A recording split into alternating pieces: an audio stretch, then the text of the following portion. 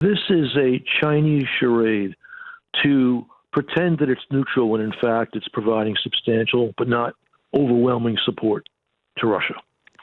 And only people and only countries which have really no idea what Russia is up to are able to see this as something real as opposed to, again, simply a charade. The Ukrainian President Vladimir Zelensky has been on the front line near Bakhmut to speak to some of his troops defending that key front line. The fighting has been raging there for months, and the devastated city has long been a focal point of the war, with Russian forces trying to revive their military campaign in the east. It came as Russian forces launched a series of strikes on Ukrainian cities. At least 8 people were killed near Kyiv and in Zaporizhia. Let's talk to John Herbst, director of the Eurasia Centre at the Atlantic Council and a former US ambassador to Ukraine and Uzbekistan. Good evening to you, John. Good evening. Great to have you with us. Probably quite a bold mission from the Ukrainian president to actually venture near to that front line around Bakhmut, where there has been pretty much constant fighting for weeks, if not months. Well, boldness characterizes Zelensky's presidency ever since Moscow began this large invasion 13 months ago. This is not his first trip to Bakhmut, as fighting has raged there. And clearly his was a visit to try to boost the morale of his forces on the front line. But they have been taking terrible losses on the Ukrainian side as well as the Russian side, haven't they? Well, the Ukrainians claim that they have inflicted 7.5 casualties for every Ukrainian casualty. And British intelligence says there's at least 5 Russians for every Ukrainian. So the suffering has been much more on the Russian side. Do you think that we can accept those figures as pretty accurate? Well, I could understand why people would say if it just came from Ukrainians, who in fact are, participants in this fight. But I think the UK is trying to get it right. So I suspect that casualties on that level of magnitude are happening. And this means it's been a real problem for Moscow. Keep in mind that Putin set a deadline for his troops to capture Bakhmut by the middle of December, more than 3 months ago.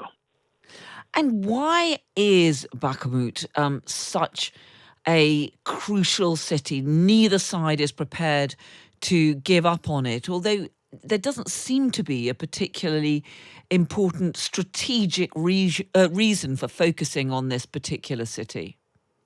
It is of modest strategic value, not zero, but modest. The reason why this has become important because Putin's had his head handed to him ever since Ukraine began its counteroffensive last summer. So he thought Bakhmut was something they'd be able to take, which is why they announced it as an objective. But once they announced it as an objective, the Ukrainians, you might say, doubled down and have not only basically defended the city, although Russia's made small gains, but they've inflicted massive casualties on the Russians. A clear victory thus far for the Ukrainians. The visit today by President Zelensky came as there were more attacks, mainly it seems by Russian drones on a number of cities, some near Kyiv, some near Zaporizhia.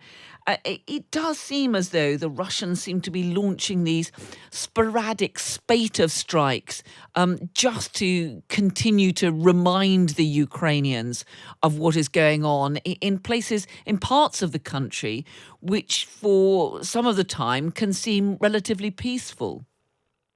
There are, I think, 2 reasons for these Russian attacks on civilians, on civilian infrastructure. One is their military's incompetence, and they've only had defeats for the last 7 or 8 months on the battlefield. So they could say, well, look, we're at least inflicting pain on Ukraine that way. But secondly, and this second point is really another example of their miscalculation, they think they could somehow blast the Ukrainian public, Ukrainian civilians, into giving up. Instead, they're making the Ukrainians ever angrier and ever more determined to win this war.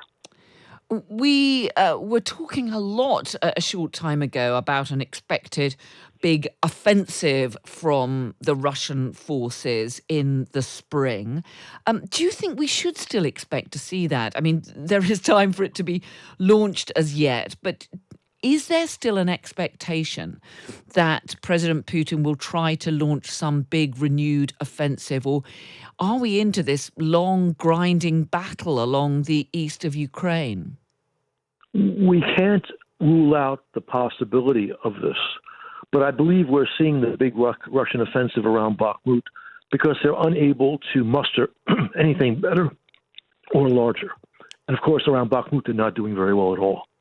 Yeah, clearly Russian forces taking terrible losses, as you were mentioning a short time ago.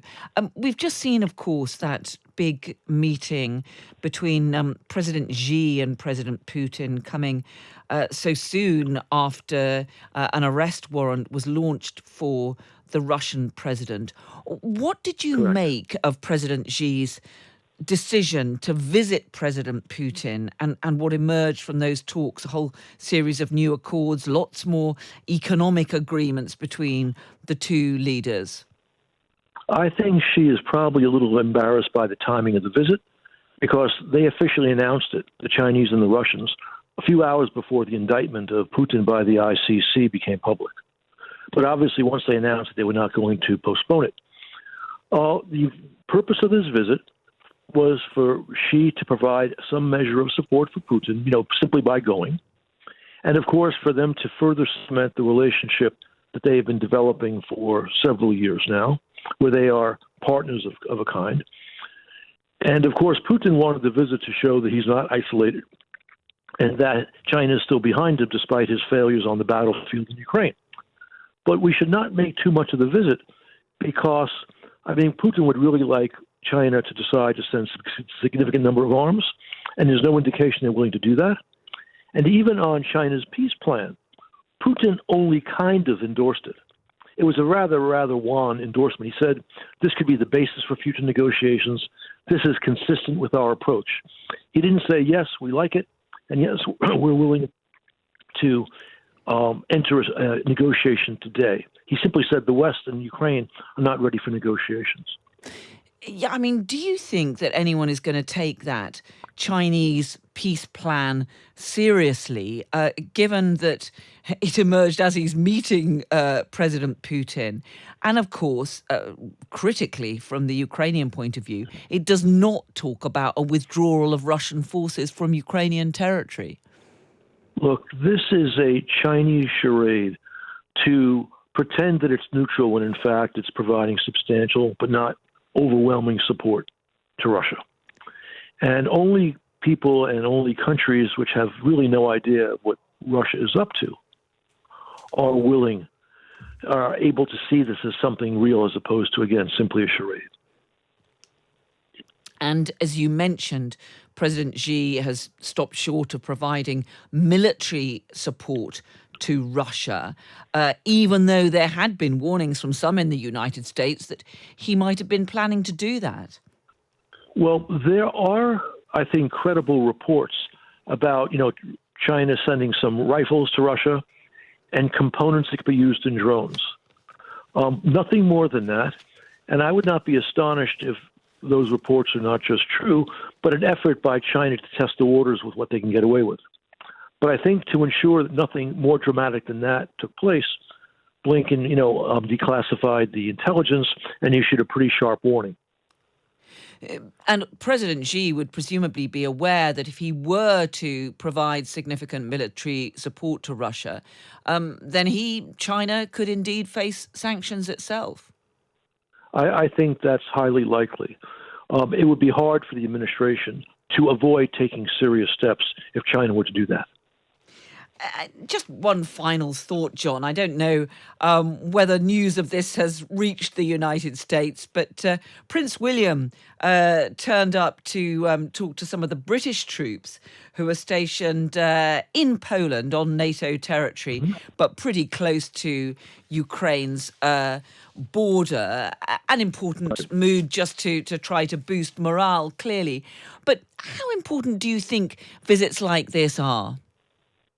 Well, they are part of all sound security policies. This happens in the United States.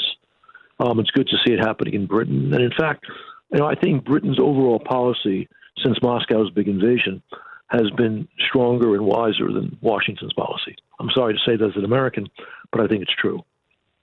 Yeah, and clearly I'm sure those troops stationed out there will have been glad to have a royal visitor. And of course, it underlines the importance of the Western support that's being provided to Ukraine.